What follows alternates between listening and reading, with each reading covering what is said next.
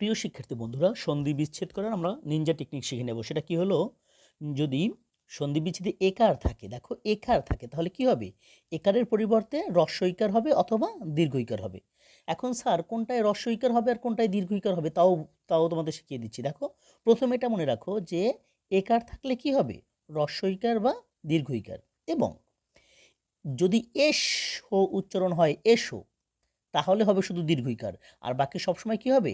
হ্রস্বইকার। যেমন নরেশ, কি আসে বলো তো? এই এস কি আসে? নরেশ।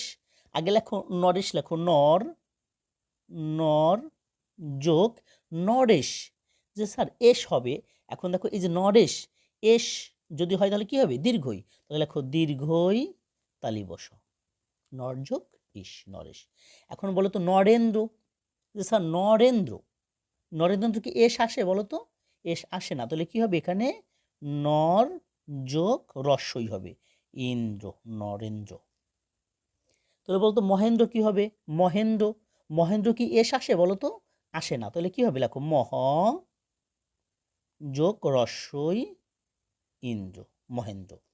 আচ্ছা মহেশ, মহেশ এস আসে, তাহলে কি লেখবা? মহ যোগ দীর্ঘই, এবার দীর্ঘই তালি বস, মহেশ। যেহেতু মহেশ এই যে এস আসে।